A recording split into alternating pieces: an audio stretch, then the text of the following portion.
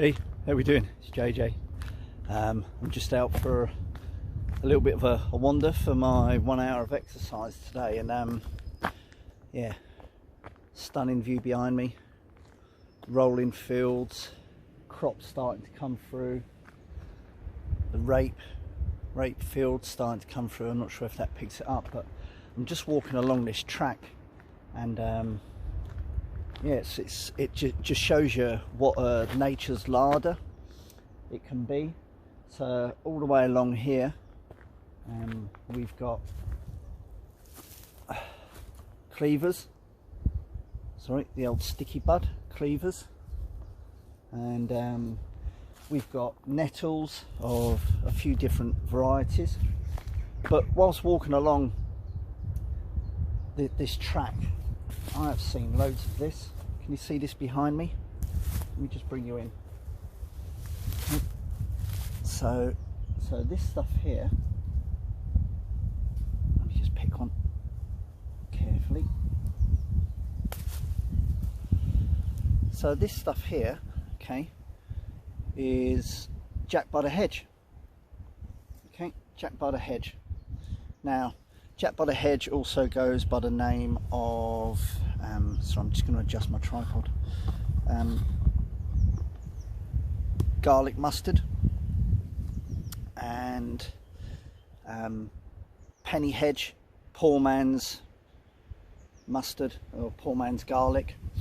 It isn't actually related to garlic, it's a different member. So Alliara petiolata, Jack-By-The-Hedge. Okay, it's a member of the mustard family, which is part of the brassica wild cabbage family, and it's an absolute plethora of it along here, and it's fascinating stuff because it's edible. So it's just loads of it along here. So yeah, you've got the cleavers, you've got the nettles, but loads of this Jack-By-The-Hedge.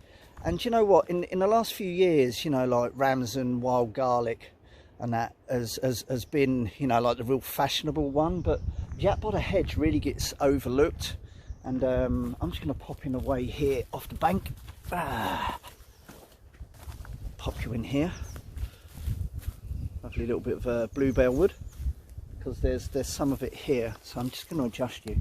So yeah, it's kind of often overlooked, and I don't know why, because it's an amazing plant. It really is. I'm just going to drop you down, and I'll get down on my hands and my knees. So let's pick another one there.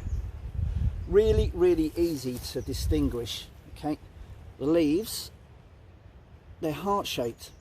Okay, can you see that? Heart-shaped leaf, rounded edges. It's a biennial, and what this means is it goes through a 2-year cycle, and during its first year it tends to be a lot closer down to the ground, and the leaves are a lot sort of like broader, or like a kidney shape. And then during the second year it grows up. It generally goes up to around about 28 inches, 70 centimeters, and during that second year what you actually get is these little white flowers that are on the top. Now the one that I've actually picked is not actually very good to show you, so there's lots of it here. I'm not going to take too much. Okay, so we can hold that steady enough, and will it focus on it? I'll put some pictures on. Okay, the flowers tend to be in little like posettes, and generally has 4 petals on the flowers.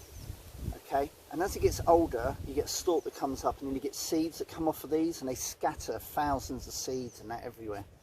So say yeah, it's a biennial, and generally, as I say, when it's younger, they're a lot rounder leaves, sit a lot closer to the ground, can sometimes be mistaken for ground ivy, but you know, the flowers are a different colour.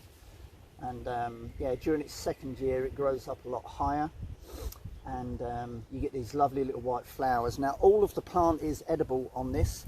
The root, okay, is a lot stronger. It's a lot hotter in taste and flavour. It can kind of be similar to like horseradish, I suppose. The leaves are best when they're younger. Okay, this grows all year round. You'll find this all year round. but the leaves are generally best when they're a lot younger and a lot smaller. And there we go, there's a nice heart-shaped leaf there.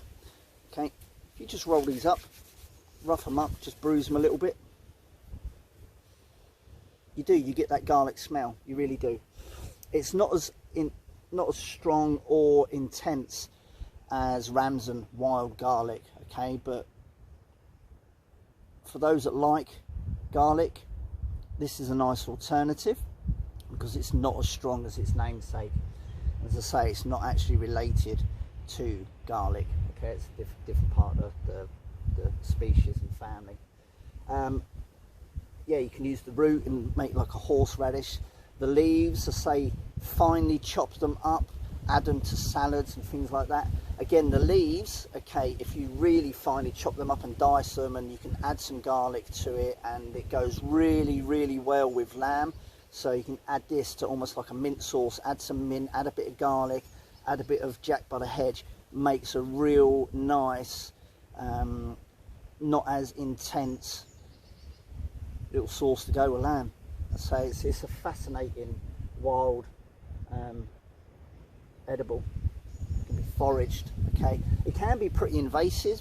It can take over areas and start sort of taking over ground where other wild flowers and that would actually grow. So it is one of those wild edibles where you can actually take a fair bit of it, but try not to take too much from one specific area.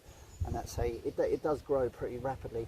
Commonly found throughout the UK and all the way across Europe, all the way across to sort of China. It's a brilliant thing. Very easy to recognise. I'll take some pics and I'll put it up in this little video, but I just wanted to show you something else that I'm doing in this little series. I've already done wild garlic or Ramsden. I've done cleavers, wild primrose. I'll add this to it, but I'm also going to add another couple of bits to it of things that you need to be careful of, like dog's mercury, lords and ladies, and burdock and that as well. And of course I'll do the obligatory nettle and that as well. But there you go. Jack-By-The-Hedge, penny hedge, poor man's garlic, yeah, mustard garlic. There you go. Keep learning. Keep gaining that knowledge and sharing it out there. Thanks for tuning in. We'll catch up again soon. Take care. Bye.